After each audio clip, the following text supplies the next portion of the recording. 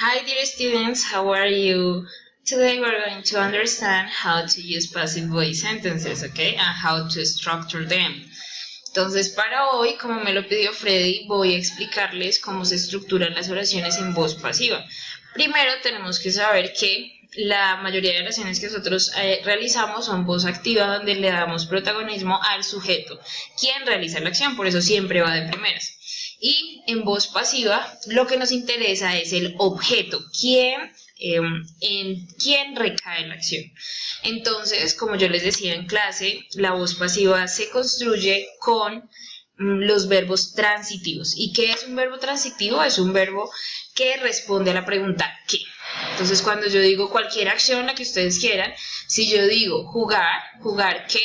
Entonces puedo responder a la pregunta, ¿jugar qué? Entonces puedo decir fútbol, baloncesto, tenis, lo que sea. Entonces es un verbo transitivo.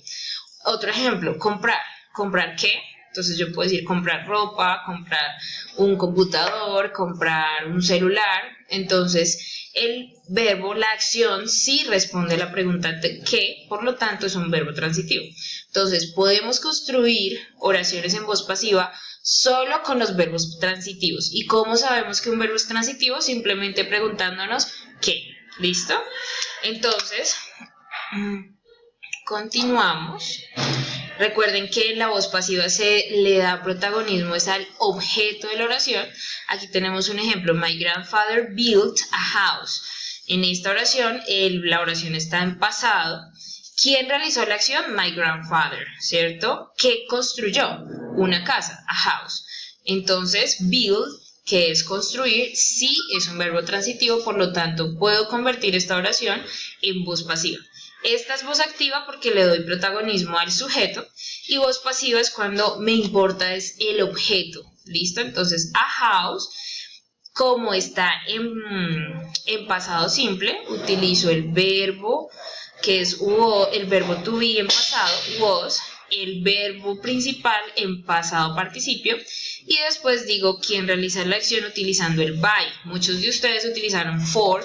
Recuerden que for en este caso no está bien utilizado porque cuando voy a decir que alguien, una casa fue construida por, ese por es el by, por mi abuelo. ¿Listo? La voz pasiva, como les digo, se puede construir en todos los tiempos, ya sea en presente simple, pasado simple, presente progresivo, pasado progresivo, en todos los tiempos en presente perfecto. ¿En dónde? ¿Cómo voy a caracterizar esa voz pasiva? ¿Cómo voy a identificar el tiempo de la voz pasiva? La voy a identificar porque el verbo be va a ir en el tiempo correspondiente. Si el verbo be está conjugado en presente simple, entonces sería el is. Y ahí sé que la oración que está en voz pasiva está en presente simple. ¿Por qué? Porque el verbo to be está en presente simple. Entonces puede ir como is, was, have been, etcétera, etcétera. Aquí tenemos otros ejemplos. Y quiero que ustedes sepan cómo se construye la voz pasiva.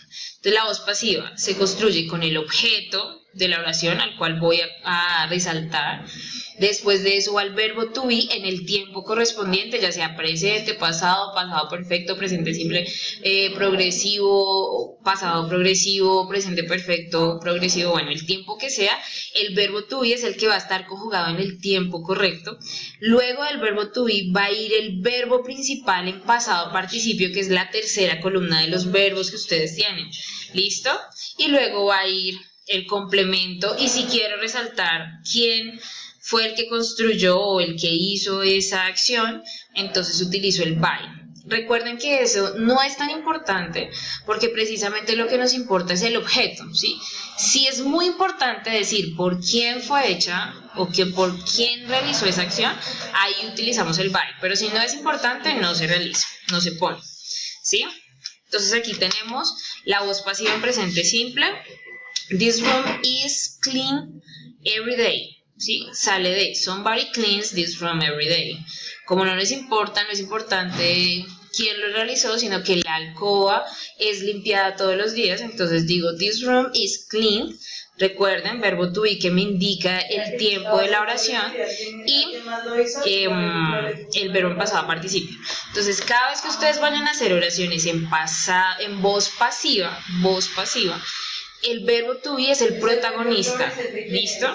Es el verbo to be el que se va a conjugar en los diferentes tiempos y va a estar acompañado de otro verbo que va a estar en pasado participio, ¿sí? Que es la tercera columna de las oraciones. Y también vimos en clase voz pasiva en pasado simple. Pasado simple me quiere decir que el verbo to be tiene que estar en pasado simple, o sea, el was y el were. Y la construyo. Ejemplo, somebody cleaned this room yesterday. Y si la quiero en pasado, si ustedes se dan cuenta de esta oración, this room is cleaned every day, a esta oración, this room was cleaned yesterday, ¿qué me cambió? Simplemente el verbo to be. Sí, porque el verbo to be es el que me va a dar el tiempo de la oración en las oraciones que están en voz pasiva. Y eso fue lo que vimos en clase.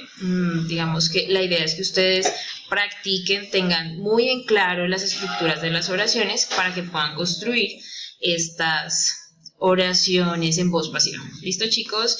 Bye bye, nos vemos en clase.